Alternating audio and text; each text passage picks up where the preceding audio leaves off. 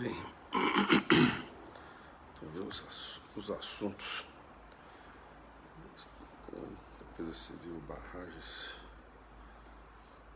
381, metrô. Então vamos lá. Olá pessoal, agora que a chuva começou a nos ter uma trégua em boa parte das regiões de Minas Gerais, começou a reduzir a intensidade, é hora também de nós começarmos a planejar a recuperação das cidades, das estradas e, naturalmente, uma avaliação dos prejuízos que nós temos em toda Minas Gerais. Eu tenho viajado desde a virada do ano, acompanhado a situação dos municípios, tanto no Jequitinhonha quanto aqui na região central. Agora, por conta dos sintomas de uma gripe forte, tive que parar um pouco, mas estou aqui conversando com todos os prefeitos, com aqueles que estão numa situação muito delicada e que precisam de uma orientação nesse momento. Então, meu boa noite a todos vocês, a Paola, a Lucimar, obrigado ao Glauber por estarem assistindo. Eu vou direto primeiro ao assunto, que é o seguinte: eu conversei hoje com o ministro Tarcísio Freitas da Infraestrutura, conversamos sobre as estradas e os quase 150 pontos de interdição que nós temos em Minas Gerais, alguns muito graves, inclusive, com aterros que chegam a custar, por exemplo, 20 milhões de reais o conserto. Temos estradas que são fundamentais para determinadas regiões, como a 354 aqui, por exemplo, na ligação para Ouro Preto e Mariana, e várias no interior que ainda estão sob trabalho. O DENIT reforçou as equipes em Minas, mas não é suficiente.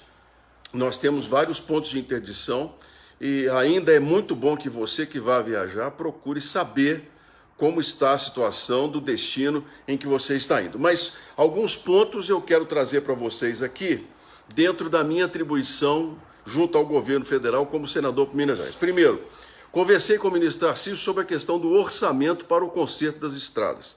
O ministro me garantiu que vai solicitar ao governo um orçamento extra para Minas Gerais, para que a gente possa colocar as estradas do nosso estado o mais rapidamente possível, as estradas federais, em condições de uso.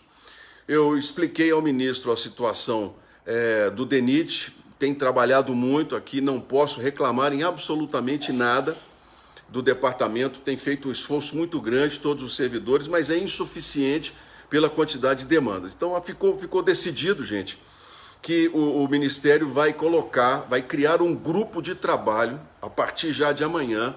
Nós teremos um diretor do Ministério que se encarregará de todas as ações, juntamente com o DENIT em Minas Gerais, e o levantamento do recurso que nós vamos precisar.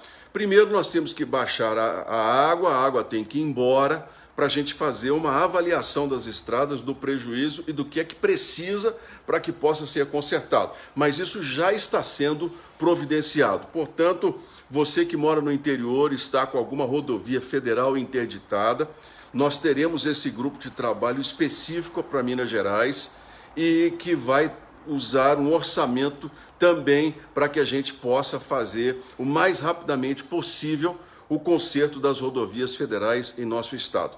Temos que ter um pouquinho de paciência, infelizmente, porque os estragos foram muito grandes em várias regiões diferentes. Vocês sabem, Minas Gerais é o estado que tem o maior número de quilômetros, a maior malha rodoviária em todo o nosso país, tá certo? Então essa notícia da criação do grupo de trabalho específico para Minas com o ministro Tarcísio e um orçamento para o conserto das estradas e que há dinheiro disponível. A questão é apenas nós temos um planejamento para que isso possa ser executado o mais rápido possível, ok? Agora vamos falar sobre as cidades que estão inundadas, famílias desabrigadas, casas que foram derrubadas e que os prefeitos estão precisando de ajuda urgente. Primeiramente, os prefeitos estão completamente abandonados por parte do governo do estado. Os trabalhos da Coordenadoria de Defesa Civil estão intensos, mas infelizmente em termos de ajuda financeira, os municípios não contam absolutamente com nada até agora por parte do governo de Minas Gerais. Até o dinheiro da Vale, aquele dinheiro do acordo que nós tivemos, que poderia ser repassado para os municípios, ainda não veio em ajuda aos prefeitos. Então, o que é que nós estamos fazendo para ajudar os prefeitos? A Defesa Civil Nacional está atenta e tem nos atendido em todas as questões com relação aos prefeitos. Mas como é que funciona? A prefeitura, ela tem, isso é bom para você que é vereador, presidente de Câmara, você que está em área inundada, você que é prefeito, prefeita, eu tenho conversado muito com os dirigentes municipais sobre esse assunto.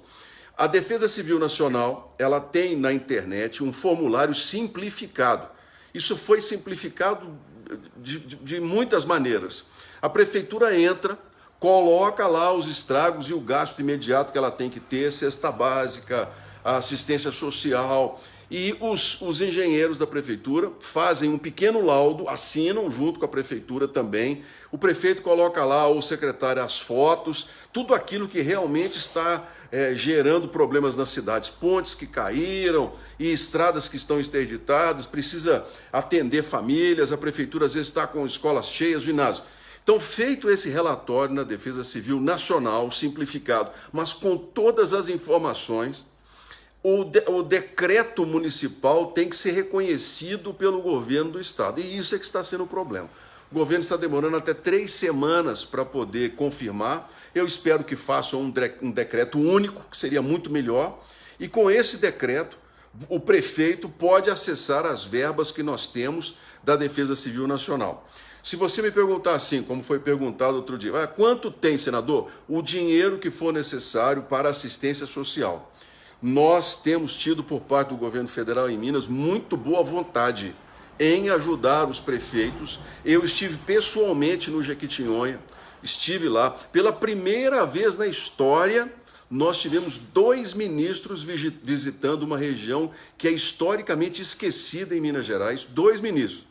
E ainda vi muita visão curta, né, de crítica sobre a ida de ministros lá, quer dizer, uma mediocridade absurda na visão, mas o certo é que nós levamos o apoio a uma das regiões, depois fomos ao norte, a Salinas.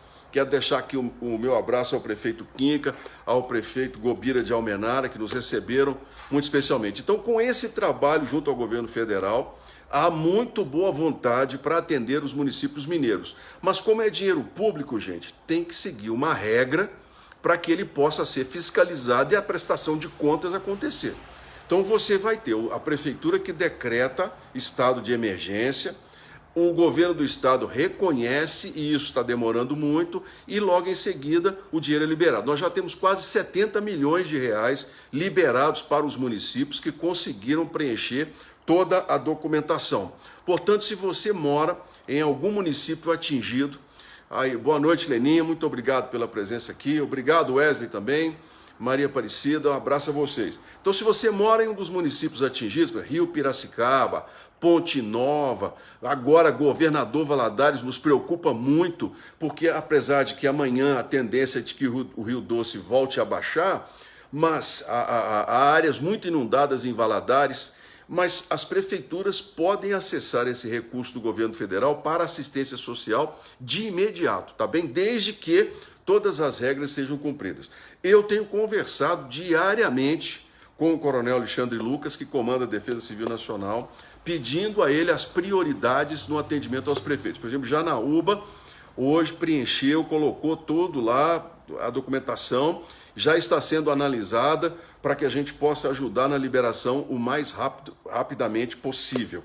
E aqui eu quero conversar com vocês, dizer da minha satisfação em que no ano passado nós fizemos uma grande distribuição de máquinas e equipamentos para o norte, o Jequitinhonha, para a região central de Minas Gerais. Isso até foi muito criticado na época, tratoraço, dinheiro público. Olha, hoje os únicos recursos que os prefeitos têm de verdade para poder recuperar estradas e voltar a ter contato com comunidades isoladas são as máquinas que foram distribuídas no ano passado. E eu hoje digo para vocês com muita tranquilidade que é uma política correta de ajuda aos prefeitos e que nós vamos manter na medida do possível. Esse é um ano eleitoral, não teremos muito tempo para ajudar, mas tanto por parte do governo federal, minha no mandato, como por parte do governo de Minas, é uma decisão acertada a gente apoiar as prefeituras com máquinas e equipamentos para que os prefeitos possam atender rapidamente os moradores, agricultores da área rural. Então aqui o meu segundo recado a vocês: quem está em cidades atingidas pela chuva, o acesso à Defesa Civil Nacional está sendo facilitado num contato constante com o Ministério do Desenvolvimento Regional para que a gente possa ajudar as famílias num momento como esse. Nós temos, inclusive, uma medida provisória de 700 milhões de reais que serão colocados para Minas, Bahia, Tocantins, que são estados que estão realmente numa situação muito difícil em relação às chuvas. Outro assunto que quero conversar com vocês é sobre a cobrança de responsabilidades com relação às barragens das mineradoras. Meu posicionamento tem sido muito claro em relação à nossa paciência esgotou com as barragens de mineradoras e constantemente as ameaças às cidades. Os mineiros não querem mais isso. A gente quer desenvolvimento, quer riqueza, mas nós não queremos mais essa insegurança todos os dias de barragem sendo rompida. Então conversei com o procurador da República, doutor Augusto Aras, que está até de folga, me atendeu muito gentilmente, sobre a cobrança na responsabilidade das empresas, especialmente nessa última, da Valorec Mannesmann, que fechou a BR-040 e que colocou lá, deu um prejuízo enorme para motoristas e empresas. Nós temos que ser duros com relação a esse assunto. Conversei também com o doutor Jaba Soares, que é o Procurador-Geral de Justiça de Minas Gerais. A empresa Valorec Mannesmann já foi multada em quase 300 milhões, terá de arcar com os prejuízos e, naturalmente, o controle. Agora, nós temos outras 42 barragens em Minas Gerais, algumas delas em nível 2, ali, por exemplo, Rio Acima e Tabirito, tem uma barragem que está preocupando, houve um rompimento, mas a Agência Nacional de Mineração, com a qual o Senado tem uma relação muito próxima, é minha função como senador manter contato com a ANM, os fiscais estão fazendo um controle de segurança dessas barragens. Inclusive, houve um pedido agora para que os laudos de estabilidade fossem entregues. Então, gente, nós não podemos ter paciência, nós temos que cobrar muita responsabilidade. Tem que ter multa dura com essas mineradoras, tem que ter cobrança realmente de responsabilidade para que a gente não viva essa insegurança toda que está por aí. Um recado a você de Congonhas. O pessoal de Congonhas muito preocupado com a barragem que tem lá, da CSN. Olha, a barragem não tem qualquer ameaça. Houve um sobrevoo lá por parte da Coordenadoria de Defesa, das áreas de segurança. Não há, é uma barragem ajusante, está sob controle. Constantemente eu tenho sido perguntado aqui, senador, a barragem aqui de Congonhas, como é que está? A situação aí é sob controle, não há nenhum perigo de rompimento em Congonhas. Então você pode conversar com seus parentes, passar essa boa informação, porque infelizmente notícia falsa, ela corre numa rapidez absurda. Mas Congonhas não está em nenhum risco, pelo menos dentro dos relatórios que nós temos, não há nenhuma preocupação sobre. E agora então, com a chuva diminuindo, aí é que a gente vai tendo um pouco mais de controle. Mas essa entre Itabirito e Rio Acima, uma área rural, é uma barragem que está preocupante, atingiria em casos graves até o abastecimento de água de Belo Horizonte, mas está sendo monitorada, está sob controle para que a gente, né, possa ter aí um resultado mais amplo em relação a isso. Bem, eram os 3 assuntos que eu gostaria de conversar com vocês sobre recuperação de estradas, a criação de um grupo federal, né, as estradas federais. Nós vamos ter esse grupo de trabalho do Ministério da Infraestrutura e do DENIT para poder recuperar as estradas mineiras com maior rapidez. Defesa Civil Nacional, as prefeituras terem acesso com mais rapidez também aos recursos para as famílias atingidas pela chuva. Isso já está bem delineado com o governo federal, nós estamos lá ajudando as prefeituras a receber com mais rapidez. E a questão das barragens, as conversas que tive com o procurador Dr. Augusto Aras, quero agradecer também com o Dr. Humberto Jacques, que é o vice-procurador, está em exercício, está acompanhando a Procuradoria da República em Minas Gerais, está atenta, apesar de janeiro, nós nós estamos com toda a estrutura funcionando para que a gente possa dar satisfação às pessoas o mais rápido possível, ok? Acho que são os pontos principais que eu queria conversar com vocês. Vou pedir para vocês curtirem essa página, vocês compartilharem o assunto, e eu estou aqui à disposição. Vocês podem mandar as perguntas sempre, pessoal, manda, às vezes, na medida do possível, a gente vai respondendo. Boa noite, Guto, muito obrigado a você, o Zé dos Reis, obrigado ao Zé.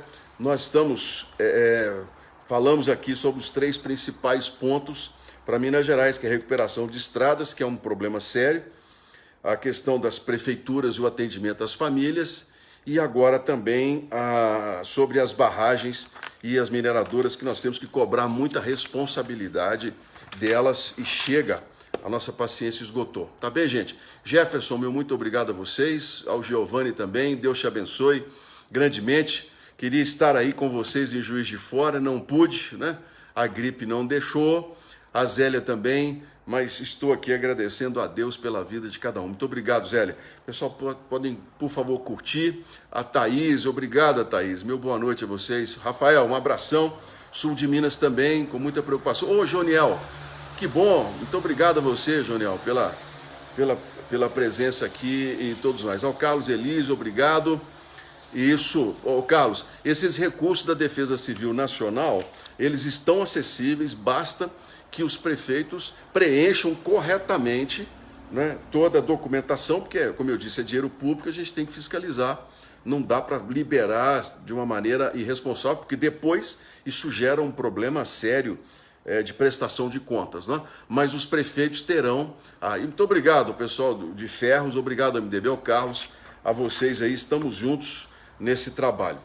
Talvez aqui trazer alguma coisa rápida sobre a BR-381, né, com relação ao leilão que está marcado para o dia 7. Bem, eu não divulguei a nova data do leilão dia 7, porque eu entendi que o governo deveria ter dado um pouco mais de prazo para as empresas. Mas não sou eu quem decido, né, naturalmente foi marcado. Mas eu acredito sinceramente. Boa, Sandro, vou falar sobre o metrô do Barreiro. Boa sugestão. Eu acredito que a 381 não deva ser leiloada no dia 7. Eu não teria marcado essa data. Eu teria marcado para o final de fevereiro, para que a gente pudesse ter uma avaliação, inclusive, maior sobre as chuvas, estragos e por aí vai. Mas tenham tranquilidade de uma coisa, o leilão virá, tá certo? O leilão da BR-381 para Conceição, para concessão, é uma decisão tomada que não voltará atrás. Agora, a data, se não for dia 7 de fevereiro, vai ser no fevereiro, início de março, no máximo. Ainda que o leilão seja vazio, que eu não acredito, nós temos 4 grupos, a concessão será dada da BR-381. Foram necessárias 10 mudanças no edital para aumentar o número de concorrentes e para gerar um equilíbrio e não aumentar o valor da tarifa de pedágio. Essa é outra preocupação que eu tenho grande, que tenho conversado muito com o Ministério da Infraestrutura. Não aumentar a tarifa de pedágio, mantê-la dentro de um preço. Então a 381, gente, fevereiro, eu tenho muita confiança de que ela será leiloada e nós teremos, já no segundo semestre, a empresa que assumir com manutenção de buracos, de sinalização. Eu tenho muita confiança que os motoristas já começarão a ver melhoras. Muita gente não acredita, desanimada, mas nós temos que caminhar, né? Nós temos que seguir em frente. Nós não podemos ficar olhando para trás, não. A gente tem que olhar para o futuro e ter confiança de que a gente vai ter capacidade de resolver as coisas com mais rapidez. Então, 381, acredito que em fevereiro nós já tenhamos o leilão resolvido e vamos ter a concessionária escolhida. Vamos lá. Eu quero mandar um abraço também para o pessoal de Itaúna, também estão com problemas sérios lá na questão da chuva. Né, o vereador da Lua, todos os vereadores, meu muito obrigado. Né, estamos ajudando, vamos ajudar Itaúna, viu, da Lua, a resolver as questões para a cidade voltar rapidamente. Cristiano, muito obrigado você, viu, pela presença aqui com a gente. Vamos lá. Metrô do Barreiro. Como eu sempre digo, né, ninguém está falando em metrô, não é verdade? É um assunto que ninguém quer falar, porque ninguém quer se arriscar, ninguém quer dar a cara a tapa, mas quando tem alguma novidade, todo mundo tira uma foto, aparece gente de tudo quanto é lugar para dizer que a obra do metrô tem pai, ele não tem. O metrô está com metade da questão resolvida. E acredita em mim, e eu vou explicar para vocês. 2,8 bilhões de reais já estão aportados no BNDES. O dinheiro está no BNDES. O governo do estado tem que colocar 400 milhões de reais. As audiências públicas para o metrô já começaram, são parte do processo. O leilão está marcado para maio, não sei se acontecerá porque não tenho acesso, mas a previsão é de que maio o metrô de Belo Horizonte possa ser leiloado. Pelo menos a questão do investimento, da responsabilidade do governo federal já está ok. Agora é com o governo do estado. O governo do estado, inclusive, que em 2019, durante um ano, se recusou a falar em privatização do metrô. Vamos colocar isso aqui com muita clareza. Mas agora, com o dinheiro em caixa, é bem provável. Vai se criar uma empresa nova, ela vai receber os ativos do metrô no leilão. A CBTU deixa em Minas, os servidores vão ter um PDV, que é um plano de demissão voluntária. Aqueles que aceitarem serão indenizados. Os que não aceitarem serão transferidos para a central da CBTU e ficarão à disposição do governo federal. Não está se falando em demissões, pelo menos não vi absolutamente nada disso até agora. Entenderam como vai funcionar? Leiloa-se um contrato, quem ganhar recebe os ativos, os trens, a linha, a possibilidade de exploração. A CBTU atual tem-se um PDV para os servidores que quiserem sair e serem indenizados, e os que não quiserem vão ser transferidos para a sede da CBTU e ficarão à disposição do governo federal, uma vez que são concursados e a empresa tem lá vai ter a sua administração futura. Então, o metrô, a parte que cabe a nós, do governo federal, a nós que eu digo a mim como senador, de cobrar os recursos, está pronta. Eu digo a vocês que quando nós leiloarmos a 381 e leiloarmos o metrô, eu cumpri 2 dos meus principais objetivos como senador, estão cumpridos. E eu espero, com toda sinceridade, que isso renove a nossa confiança nessas grandes obras em Minas Gerais, ok? Então você tem as informações corretas, você pode repassar isso para os seus vizinhos, você que mora na região oeste de Belo Horizonte, né, na região, a linha do Barreiro, a previsão é de que ela esteja funcionando em 2028, ok?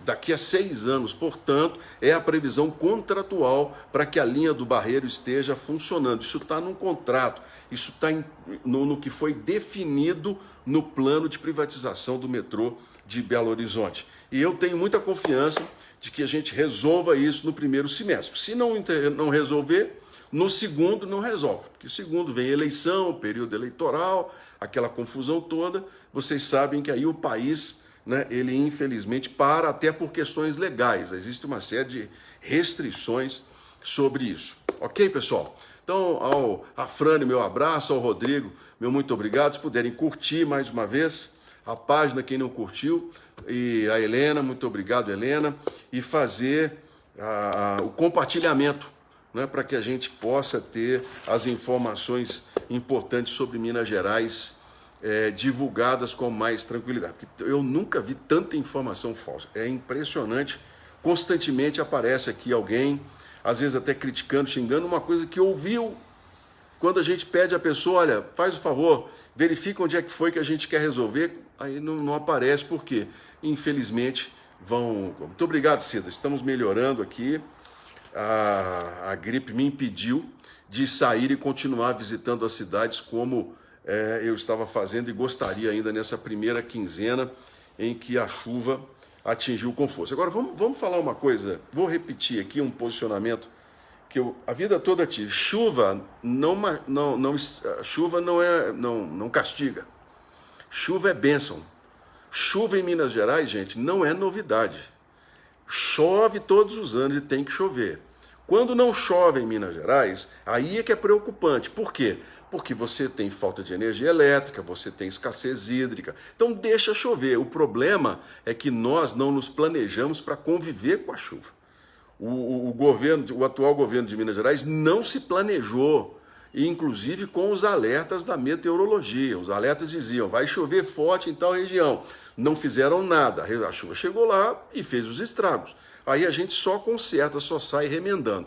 Chuva a gente tem e precisa dela. O que nós temos de fazer é nos planejar para que ela possa chegar, ser bem-vinda e ter o menor estrago possível em relação aos prejuízos. É o meu posicionamento em relação a isso. Então, todo final de ano, quem está no governo de Minas Gerais tem que sentar com todo o grupo, com a coordenadoria estadual de defesa civil, que já tem uma expert muito grande, tem que sentar com os bombeiros que trabalham de uma forma excepcional, com a polícia militar, que tem um controle de toda a situação no estado, e falar, olha, com o governo federal, porque faltou diálogo com o governo federal, e faltou muito diálogo de Minas com Brasília.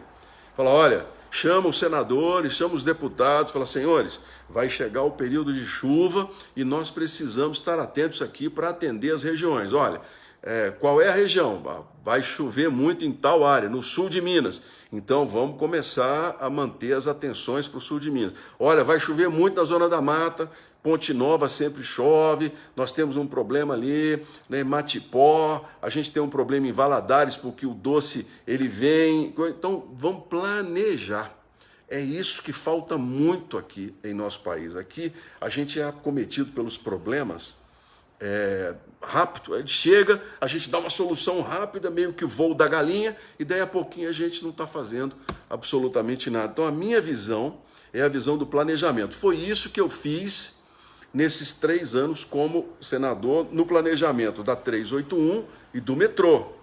E a 367, que eu nem vou comentar lá do Jequitinhonha, porque é impressionante o desastre que está, o abandono do Jequitinhonha e dessa estrada. É um negócio assim de machucar o coração, um desrespeito com o Jequitinhonha, a 367. Mas nós vamos cobrar, estamos de cima para achar uma solução. Mas durante esses 3 anos eu trabalhei planejando para que a gente possa colocar e fazer isso. Né? E muito obrigado, porque você que me acompanha sabe muito bem o que eu faço sempre para poder trabalhar. A minha função como senador é, junto ao governo federal, ajudar o Estado. E isso nós temos feito com muita tranquilidade. Não fizemos mais porque, infelizmente, não podemos. E se tivemos morte, boa parte delas poderia ter sido evitada se nós tivéssemos feito o planejamento corretamente. Ok? Ninguém morre porque está escrito, que tem que morrer, porque é karma. Eu não acredito nisso. Eu acredito em planejamento, eu acredito em ações públicas, em políticas públicas que façam com que a gente melhore a vida da gente, que a gente tenha metas, resultados. É isso aí que eu acredito. O restante é desculpa de quem, infelizmente, gosta de ganhar do dinheiro público e não fazer absolutamente nada, ou é pessimista por natureza em toda ela. Então vamos lá, isso aí, gente. Acho que é bastante, já são quase 10 horas. O meu abraço a todos vocês, meu muito obrigado e espero ter colaborado com as boas informações a todos, ok? Um grande abraço, meu muito obrigado aí, Deus abençoe, gente.